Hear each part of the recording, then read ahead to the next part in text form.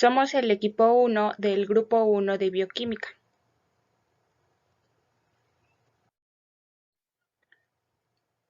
Mi equipo está conformado por Julián Andrade Santos, Hildred Barbosa Romero, Carla Saraí Camarillo de la Cruz, Andrea Casiano León, Vanessa Contreras Palafox y su servidora Yaraneli Guadalupe Arellano Aguillón.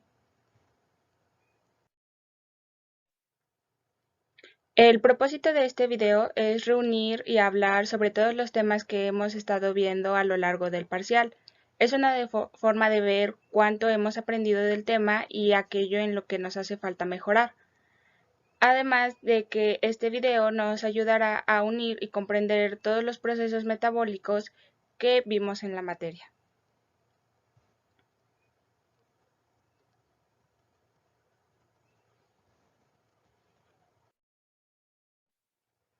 Para empezar, vamos a definir lo que es el metabolismo.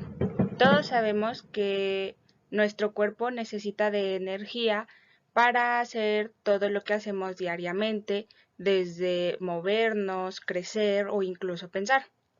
Por lo tanto, se define que el metabolismo es el conjunto de aquellas reacciones químicas por las que atraviesa nuestro cuerpo para convertir los alimentos en energía. Hay proteínas específicas en el cuerpo que controlan las reacciones químicas del metabolismo y al mismo tiempo en nuestro cuerpo están ocurriendo miles de reacciones metabólicas para mantenernos sanos y que tengamos un correcto funcionamiento. ¿Cómo actúa el metabolismo? Después de ingerir alimentos, nuestro sistema digestivo va a utilizar enzimas para degradar o descomponer las proteínas en aminoácidos, convertir las grasas en ácidos grasos y también transformar los hidratos de carbono en azúcares simples. El ejemplo más común de esto es la glucosa.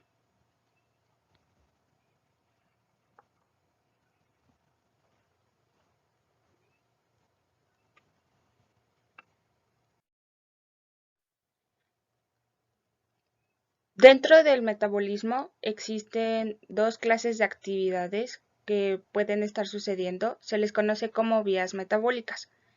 Está aquella que se encarga de la construcción de tejidos corporales y las reservas de energía, llamado anabolismo, y el catabolismo consiste en la descomposición de tejidos corporales y reservas de energía con el fin de obtener más combustible para las funciones corporales. Al catabolismo también se le conoce como metabolismo destructivo y es un proceso que produce la energía necesaria para toda la actividad que va a tener lugar en las células. El anabolismo también es conocido como metabolismo constructivo y su función principal es la de fabricar y almacenar. Va a contribuir al crecimiento de nuevas células, al mantenimiento de los tejidos corporales y al almacenamiento de energía para utilizarla más adelante.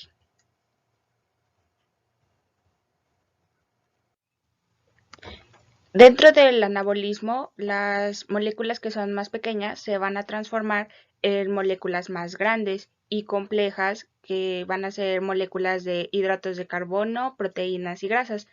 En cambio, en el catabolismo, las células se van a descomponer para poder liberar energía.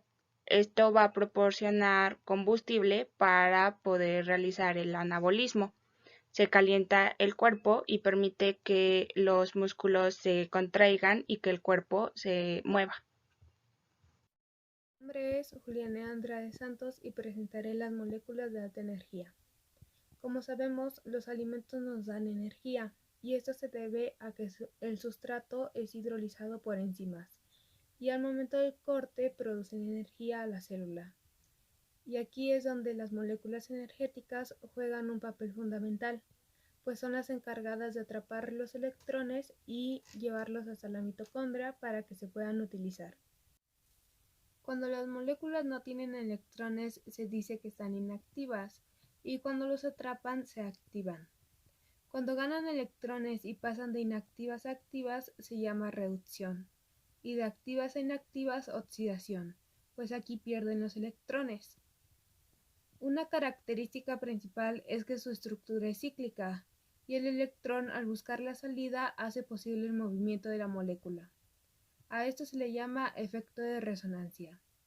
Y además tienen la capacidad de atrapar diferente cantidad de electrones, lo cual nos ayuda a calcular el nivel de calorías que quema nuestro cuerpo. Respiración celular. Como componente del metabolismo, es un proceso catabólico que rompe la glucosa y produce ATP. Todo esto sucede en la mitocondria y las etapas de la respiración celular son las siguientes. Hola, mi nombre es Carla Saray Camarilla de la Cruz y yo les voy a presentar a la glucólisis. Bueno, la glucólisis es una vía catabólica encargada de degradar a la glucosa con la finalidad de obtener energía para nuestra célula. Glucólisis, gluco significa glucosa y lisis significa ruptura. Este proceso se va a dar en el citosol de nuestra célula y va a estar conformada por 10 reacciones enzimáticas, de las cuales se pueden observar en este diagrama. Comencemos por decir que la glucólisis está conformada por dos fases, la fase de preparación o inversión de energía y la fase de beneficio. Bueno, aquí tenemos a nuestra glucosa, la cual mediante la enzima exoquinasa se va a fosforilizar y va a transferir un grupo fosfato de esta molécula de ATP a la molécula de glucosa, convirtiéndola en glucosa 6-fosfato. Nuestra glucosa 6-fosfato se va a isomerizar a fructosa 6-fosfato mediante nuestra enzima fosfoglucosa isomerasa. Ya que tenemos aquí a la fructosa 6-fosfato con un grupo fosfato, se va a transferir de nuestro ATP a la fructosa 6-fosfato y va a producir fructosa 1,6-bifosfato. Y ese paso se va a realizar mediante la enzima fosfofructoquinasa. Ya que tenemos nuestra fructosa 1,6-fosfato, esta se va a romper para generar dos azúcares de 3 carbonos, la dihidroxicetona fosfato y el gliceraldehído 3-fosfato. Estas moléculas van a ser isómeras, que quiere decir que son dos moléculas con la misma fórmula, cuyos átomos están ordenados de distinta manera, y esta reacción va a ocurrir gracias a la enzima aldolasa. Ya que tenemos aquí a nuestra dihidroxicetona fosfato, esta no va a poder seguir con la glucólisis, ya que va a estar inestable, por lo que es necesario que esta se vaya a isomerizar a otra molécula de gliceraldehído 3-fosfato a través de nuestra enzima triazofosfato isomerasa. Ya que tenemos aquí nuestras dos moléculas de gliceraldehído, aquí se van a dar dos procesos iguales, por lo que solamente vamos a mencionar uno. El gliceraldehído 3-fosfato se va a convertir en 1,3-bifosfato glicerato, ya que la enzima gliceraldehído 3-fosfato deshidrogenasa va a añadir un ion fosfato al carbono de gliceraldehído 3-fosfato mediante la reducción de un grupo NAD+, que generará una molécula de NADH y un ion hidrógeno. Luego la enzima fosfogliceratoquinasa va a transformar a la molécula de ADP en una de ATP, pasando de un grupo fosfato al primer carbono del 1,3-bifosfato glicerato y va a transformarlo en 3-fosfoglicerato. Aquí se va a producir una isomerización donde el fosfato del carbono 3 va a pasar al carbono 2, dando lugar a 2-fosfoglicerato a través de la enzima fosfoglicerato mutasa. Luego después, el 2-fosfoglicerato va a perder una molécula de agua y esta se va a transformar en fosfonilpiruvato con la ayuda de la enzima enolasa. El fosfonilpiruvato de inmediato va a donar su grupo fosfato al ADP y se va a formar la segunda molécula de ATP. Al perder su fosfato, esta se va a convertir en piruvato mediante nuestra enzima que se llama piruvato quinasa. Y el piruvato va a ser nuestro producto final de la glucólisis. Por lo tanto, ya que estas reacciones se van a dar dos veces, el producto total de nuestra glucólisis va a ser 2 piruvatos. Hola, mi nombre es Vanessa Contreras Palafot, soy alumna del sexto semestre B matutino y a continuación voy a hablar acerca del ciclo del ácido cítrico de los ácidos tricarboxílicos o de Krebs, en honor a su descubridor Hans Krebs.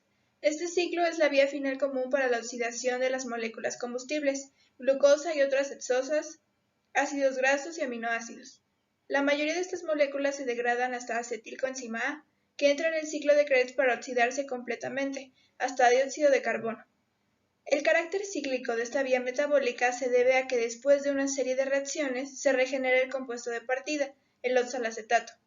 En cada vuelta del ciclo de Krebs, un grupo acetilo del acetilcoenzima A se transfiere a una molécula de oxalacetato, que es un ácido dicarboxílico de 4 carbonos, para formar citrato, que es un ácido tricarboxílico de 6 carbonos. El citrato se oxida mediante una secuencia de 7 reacciones, durante las que se liberan 2 carbonos, en forma de 2 moléculas de dióxido de carbono, y se regenera una molécula de oxalacetato, que puede iniciar otra vuelta del ciclo. En cada vuelta se incorpora un grupo acetilo del acetilcoenzima A.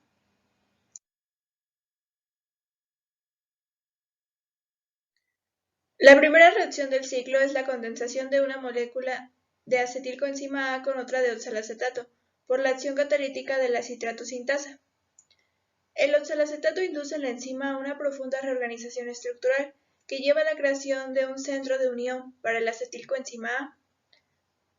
La reacción de isomerización del citrato a isocitrato está catalizada por la conitasa. Se producen 2 etapas que implican una deshidratación y una hidratación sucesivas, con la formación de un compuesto intermedio, el cis-aconitato. En el ciclo hay 4 reacciones catalizadas por deshidrogenasas, que reducen 3 moléculas de NAD y una de FAD: isocitrato deshidrogenasa, complejo A-cetoglutarato deshidrogenasa, succinato deshidrogenasa y malato deshidrogenasa. En las 2 primeras también se producen descarboxilaciones.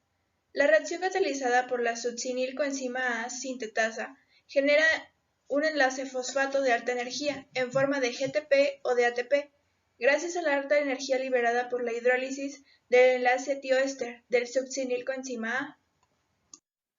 La reacción neta del ciclo produce 2 moléculas de dióxido de carbono, 3 moléculas de NADH, 3 moléculas de hidrógeno, una de FADH, una de GTP y una molécula de coenzima A. Las 3 moléculas de NADH y la de FADH se oxidan en la cadena de transporte electrónico. Mi nombre es Ilred Barbosa Romero y voy a hablar sobre la fosforilación oxidativa. La cadena de transporte de electrones es una serie de proteínas y moléculas orgánicas donde los electrones pasan de un miembro de la cadena de transporte al siguiente en una serie de reacciones redox. La energía liberada en estas reacciones se captura como un gradiente de protones, el cual se utiliza a su vez para formar ATP, en un proceso llamado quimiosmosis. Esta, en conjunto a la cadena de transportes de electrones, constituyen a la fosforilación oxidativa, la cual incluye los siguientes pasos. Entrega de electrones por NADH y FADH2. Transfieren sus electrones a las moléculas cercanas al inicio de la cadena de transporte de electrones. En el proceso se convierten en NAD+ y FAD, que pueden ser utilizados en otros pasos de la respiración celular. Transferencia de electrones y bombeo de protones.